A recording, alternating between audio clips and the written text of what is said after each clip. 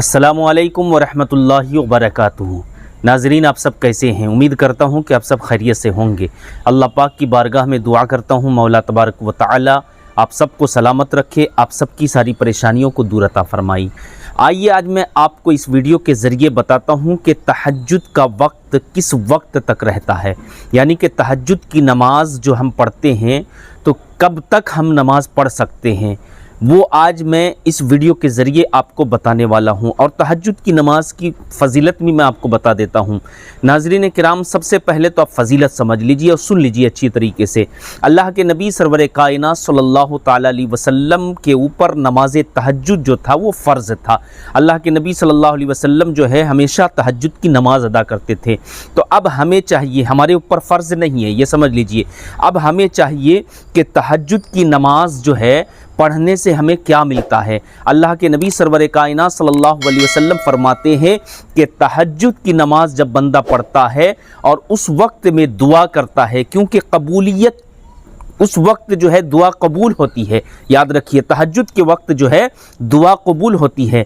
तो हमें चाहिए कि तहज्जुद की वक्त नमाज अदा करें और तहज्जुद की नमाज अदा करने के बाद अल्लाह की बारगाह में दुआ करें। तो इंशाअल्लाह तबारक व तआला, अल्लाह तबारक व तआला की बारगाह में उस वक्त जो भी आप दुआ करेंगे, रब तबारक व तआला आपकी दुआ को कबूल फरमाएगा। अब आइए मैं आपको बताता हूं कि तहज्जुद का वक्त जो है किस वक्त तक रहता है। हमारे किसी भाई ने सवाल किया था कि हज़रत तहज्जुद का वक्त कब तक रहता है।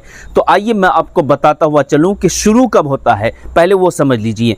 तो तहज्जुद का वक्त जो है इशा की नमाज, फ़र्ज़ नमाज अदा करने के बाद, इशा की फ़र्ज़ नमाज अदा करने के बाद से लेकर जो है तहज्जुद का वक्त शुरू हो जाता है। ये अच्छी तरीके से समझ लीजिए। इशा की फ़र्ज़ नमाज जब आप 4 रकात फ़र्ज़ नमाज अदा कर लेंगे तो जो है उसके लिए तहज्जुद का वक्त शुरू हो जाता है।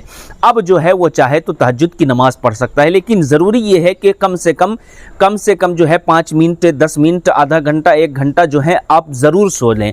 सोने के बाद जब आप नमाज़ पढ़ेंगे तो माशाअल्लाह बहुत ही बेहतरीन, क्योंकि जब कर उठेंगे तो और उसके बाद जो है वज़ू वगैरह बनाकर तहज्जुद की नमाज अदा करेंगे तो और भी आपके लिए बेहतर है। लेकिन शुरू कब होता है? इशा के फ़र्ज़ नमाज के फ़ौरन बाद तहज्जुद का वक्त शुरू हो जाता है। अब ये ख़त्म कब होता है वो भी आप सुन लीजिए अच्छी तरीके से। बहुत सारे लोगों की सोच क्या होती है कि जब तक फ़जर की अज़ान नहीं होती है तब तक जो है तहज्जुद की नमाज है। तो मेरे भाइयों और हमारी माँ बहनों, आपसे गुजारिश करता हूँ कि ऐसा ना करें, क्योंकि जो फ़जर की अज़ान होती है ना, फ़जर की अज़ान जो होती है तो वो सुबह सादिक का वक्त शुरू होता है, तब उसके बाद फ़जर की अज़ान होती है। और बहुत सारी मस्जिद में तो ऐसा होता है कि जब सुबह सादिक का वक्त शुरू हो जाता है उसके बाद कई मिनट, 10 मिनट, 5 मिनट, 15 मिनट के बाद में भी कई मस्जिद में जो है अज़ान होती है। तो सुबह सादिक शुरू होता है, उसके बाद में फ़जर की अज़ान होती है। और बहुत सारे लोग, हमारे इस्लामी भाई, इस्लामी बहनें समझती हैं कि फ़जर की अज़ान जब तक नहीं होती है तब तक जो है तहज्जुद का नमाज पढ़ते रहना चाहिए। ऐसा नहीं है। याद रखिए कि तहज्जुद का आखिरी वक्त क्या है। तहज्जुद का आखिरी वक्त ये है कि जब सहरी का वक्त ख़त्म हो जाए। आप जो हैं कैलेंडर में भी आप देख सकते हैं कि सहरी का वक्त कब ख़त्म हो रहा है, हर मस्जिद में लगा हुआ रहता है।